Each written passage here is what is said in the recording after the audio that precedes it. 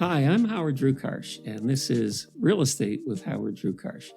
For those who don't know me, I'm one of the co-founders of Right at Home Realty.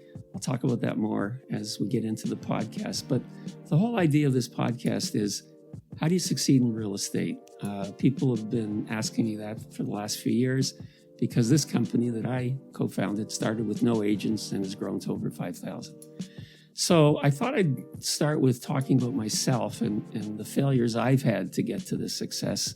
And in future episodes, I'll be bringing on other real estate people and people around the real estate industry who will also talk about how they got into it, why they like real estate, where their failures were. So I'll start about myself.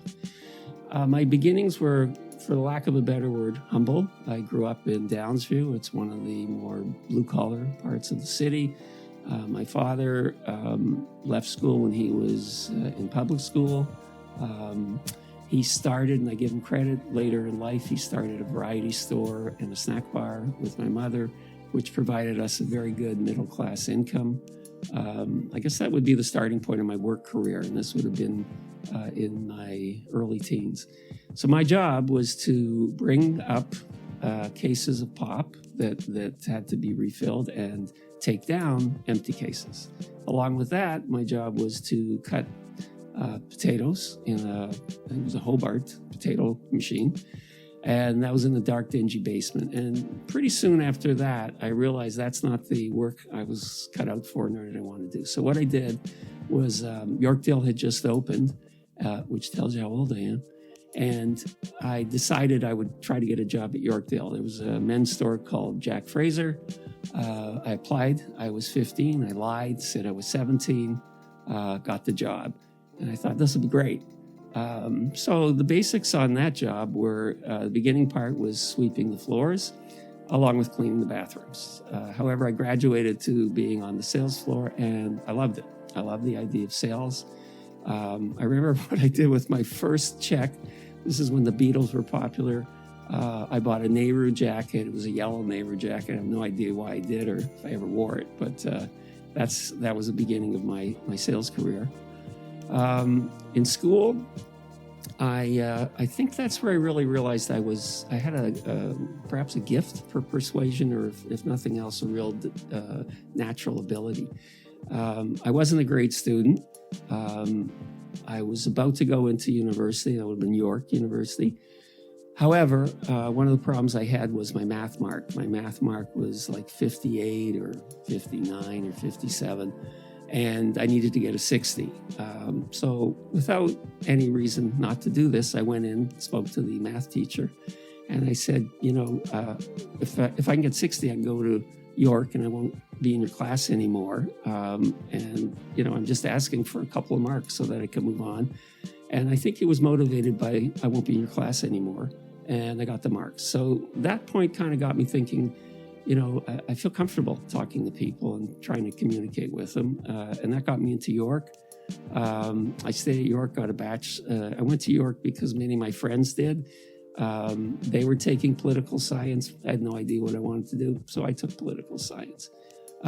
When I graduated, I decided to go back to one of my part-time jobs. One of my jobs during high school was I was an usher at the CBC, Canadian Broadcasting Corporation, for the live shows. And I always found it interesting to be around those shows. I also, at the same time, was delivering pizza. And I've always had this kind of entrepreneurial bent. So after York, I decided I'd try to get farther into CBC. And it was a typical mailroom story. There was an office on Gerrard Street, and I would pick up the mail there, and I'd walk it up to another building. I think it was Carlton.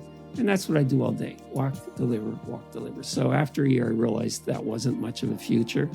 And a friend of mine, Stan Fromstein, was at University of Windsor in a course that was called a special BCom.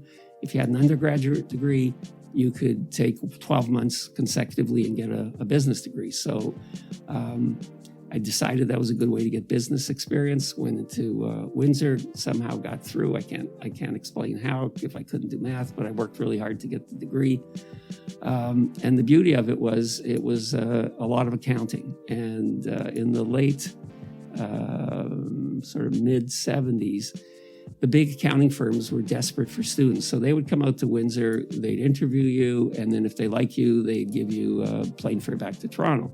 So the cool thing was I could get back to Toronto by plane as often as I want. I did the interviews. I actually got hired. I got hired by a company called Coopers & Lybrand, which I don't believe is no longer there, but it was one of the top big 8. I worked in auditing, and what I found with auditing is really was too boring for me. And then at the 1-year review, and I thought this was very flattering in some way, the partner I worked for called me in to his office, and he said, Howard, you would be a great partner, but you can't do accounting. And that was the end of that accounting career. But the point I'm making in all of these is, these have been failures, but I kept moving on. I have a cousin, his name's Marshall Drukarsh. Watching my career, he said, Howard, you have the ability to fail up. And I thought, looking back, that's kind of it. So after I finished that course, what I wanted to do was marketing and advertising after Windsor, so I got into that. And I really did enjoy it. It was creative, interesting clients, mostly retail. And I did that until one day, I remember taking out a flyer to the director of marketing. And he looked at the flyer, and what he said was, I'd like to move the bear a couple inches to the left. And I'm thinking, this is an advertising flyer that no one's ever going to read. And I just felt that's the end of this career, which moved me into what became my best choice, which was real estate. Both my wife Rosemary and I decided we really wanted to do it and we would do well together. So as they say in the books, we burnt the bridges. She quit her job as an occupational therapist. I quit my job, and we decided get licensed together, work together. And I think that was another reason I just feel like I never felt we'd fail. There was something about intuitively I thought we'd do well, and we did very well. We worked together for 10 years till we started a family. And then after that, I just continued in real estate. I went from from Remax. A company was called Remax Chartered. Don Young was the broker and owner. When the market went south and I didn't want to be in a horrible company like where I couldn't afford it anymore, I then moved to Royal LePage Johnson Daniel, where my business partner, Arthur Bartram, was the manager. And we knew each other from a company before Remax called Canada Permanent. Anyway, it was great to see Arthur. We never really dealt with each other a whole lot, but we liked each other. And I kept working until one day, Arthur came back from a Florida trip. And I remember this very clearly. He calls me into his office and he says, Howie, what do you think of this? And he opens up a desk drawer and there's a purple flyer. And it was the model that Right at Home Realty decided to follow. And that was the beginning of Right at Home Realty. What do you think of this? I was a salesperson. I thought I'd like to make more money. Arthur had managed for many years, seemed to get along well. So we decided to go out and try to get financing. The interesting thing about Arthur, and kind of like, I suppose to some degree when I was working with my wife, we went for financing and got turned down 2 or 3 times. And there was never any, this is, we're depressed, not going to work out. We just continued to work forward. And that's where we all kind of started with Right at Home. How that happened was my daughters were, my daughter Jordana and my daughter Maddie were in gymnastics. One of the parents there, Scott Kyle, heard about what I was doing, and he thought it was a great business idea. He was connected to, Scott was at Cadillac Fairview managing one of the malls. He was connected to Ted Manzieris, who knew Ron Petticord. So as the classic story goes, we decided we'd get together with Ron and Ted. Arthur and I got dressed up, our best suits. We met at the Mars, which is a classic diner at Yonge and Eglinton in Toronto. Ted was there. Ron shows up in workout, exercise clothes. And we sat down, we talked about our model. Ron had retired from Cadillac Fairview at a young age and was, I guess, shopping around for something that would interest him.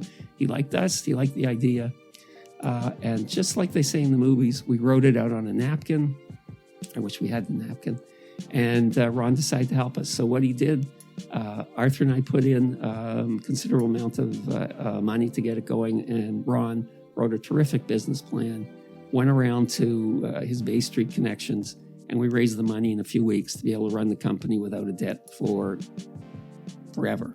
And that was really interesting because one of my friends, when I asked him about investing in it, he couldn't do it, but he certainly trusted me. And he said, when I do investments, I bet on the jockey, not on the horse. And I think what Ron's friends did was the same thing. They knew him, they knew he'd be successful. So we raised the money. One of the investors had a great line about it as well. He said, Ron was able to raise money about an idea. And that got us going. We found a building at 895 Don Mills, empty office, became our first office. No furniture. And Ron went home and got a plastic picnic table, and that's where we strategized to get right at home going. And it was grinding it out for 2 years until we broke even, calling agents. No one thought we'd succeed. Our friendly competitors told their agents we'd never succeed. And that's another point about failure, and another point about being committed and belief in yourself. Neither Arthur and I or Ron never thought we'd ever fail, and we just kept working at it. Persistence is really important, but luck is really important too. Meeting Ron was luck for Arthur and I, because we would have had a nice real estate company, but never grown to the size that company grew. So my world has been, peppered with failure. And the reason I wanted to do real estate with Howard Drukarsh is over the many years, 30-something years. I started in 1984, became a broker in 1986. I've met a great deal of terrifically interesting real estate people as agents and people around the business, developers, agents, trainers. And I thought it'd be great to have them come on and talk as well about their experience in real estate, why they got into real estate, where their failures were, where their successes were. Because I think what's missing, and I've hired since the start of the company, I was thinking about this, I probably hired a few thousand people because the company now has over 5,000. And during my time as manager, broker of record, president, I was doing hiring. So many, many interesting people crossed my path, and you can never tell who's going to succeed. And, it seems to me what's missing is the sense of confidence in who you are, understanding that failure isn't the end, and continuing to push forward. It just seems that's what all the successful people have done. So in future podcasts, that's what the plan is. Today I'm in the production office, but no guests. I guess I'm the first guest of my show. But in future guests will be probably Zoom meetings. And I'd like to invite you to follow Howard Drukarsh on real estate. If you want to email me, you can email me at info@re-with-hd.com. It's written on the wall, so I don't forget it. And I want to thank Realcast Network, who are the producers of this podcast.